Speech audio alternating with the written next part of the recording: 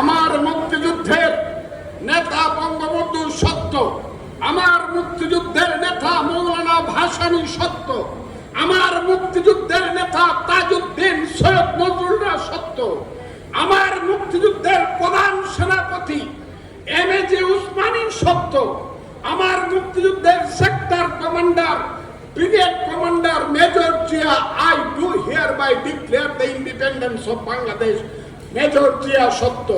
এই যে আজকে আপনারা যেখানে বসে আছেন ২ নম্বর সেক্টর যাকে বলা হয়, যেই সেক্টরের সেক্টর কমান্ডারের নাম ছিল মেজর খালেদ মোশাররফ, কথাটা সত্য না মিথ্যা বলেন? এবং সে যখন গুলি খাইল তখন তার পরিবর্তে আরেকজন আসলো, জানেন তো নামটা? তার নাম মেজর হায়দার, কথাটা ঠিক না বেঠিক আপনারা বলেন? সেই মেজর হায়দার ৩ নম্বর সেক্টরে মেজর শফিউল্লাহ, ৪ নম্বর সেক্টরে CR Dutta, ৫ number sector Mir Shawkat Ali, ৬ number sector M K Basha, ৭ number sector Kazi Nuruzzaman, ৮ number sector M A Manjur, ৯ number sector M A Jalil, তো ১১ নম্বর সেক্টর কর্নেল তাহের। আমি ভুল বলছি না ঠিক বলছি? বাংলাদেশে থাকবেন, এদেরকে শ্রদ্ধা করবেন না। বাংলাদেশে থাকবে রাজাকারের বাচ্চারা মাথাটা নিচু করে থাকবে, যতই বড়। খুব ক্লিয়ার কথা এটা। মুক্তিযুদ্ধের সামনে বাদ দেওয়া যাবে না। কাজে আমি যে কারণে আজকে আমি কথাগুলো বললাম, আমাকে আপনারা ভুল বুঝেন না। আপনারা সব পরস্পরের সাথে মুক্তিযোদ্ধারা এক থাকেন। দলমত বুঝি না, আমি শুধু বুঝি মুক্তিযুদ্ধের পক্ষের আমরা দল। ঠিক কিনা কথাটা বলেন? এমন আছেন অনেকে রাজনীতি করেন না, কেউ আওয়ামী লীগ করেন, কেউ বিএনপি করেন, কেউ কমিউনিস্ট পার্টি করেন, কেউ জাসদ করেন, কেউ গণফোরাম করেন, কেউ অন্য দল করেন, কিন্তু আমরা সবাই হইলাম মুক্তিযোদ্ধা। কাজে আপনারা মুক্তিযোদ্ধারা দয়া করে এক থাকবেন। দেশ কিন্তু এমন থাকবে না। আজকে কিন্তু এইখানে যারা আছেন, আমি সবচেয়ে ভাগ্যবান।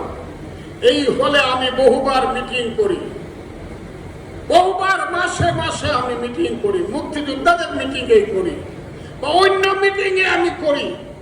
কিন্তু ২০০০ লোক আইলে ১ ঘন্টা পরে ১৫০০ চলে যায়, ৫০০ থাকে, ৩০০ থাকে। আর এইখানে আজকে এমন একটা ঘটনা আমি দেখলাম, অদ্ভুত একটা ঘটনা। সব এখানে মুরব্বী মানুষ, বেশিরভাগের বয়স ৭০ বছরের উপরে যারা মুক্তিযোদ্ধা, কিন্তু একজন মানুষ কিন্তু এখান থেকে উইটে চলে যায় নাই। ডক্টর কামাল হোসেন সাহেবের মতো লোকের প্রধান অতিথির কথাটা আপনারা শুনে যাবেন। আমি আপনাদেরকে আহ্বান করতে চাই, আমি সবসময় একটা কথা বলি, এই বাংলা জোয়ার ভাটার বাংলা।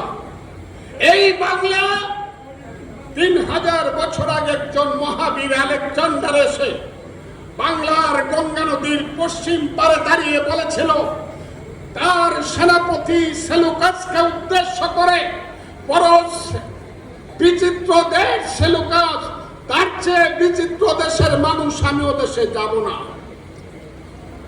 এই বাংলায় ১৬১২ খ্রিস্টাব্দে সম্রাট জাহাঙ্গীর এসেছিলেন, যার নামে ঢাকার রাজধানীর নাম হয়েছিল জাহাঙ্গীরনগর।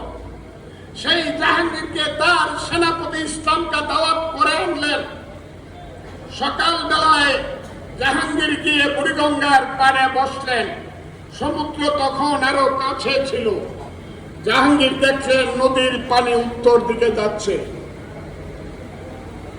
বিকালবেলা আবার জাহাঙ্গীর গিয়ে সম্রাট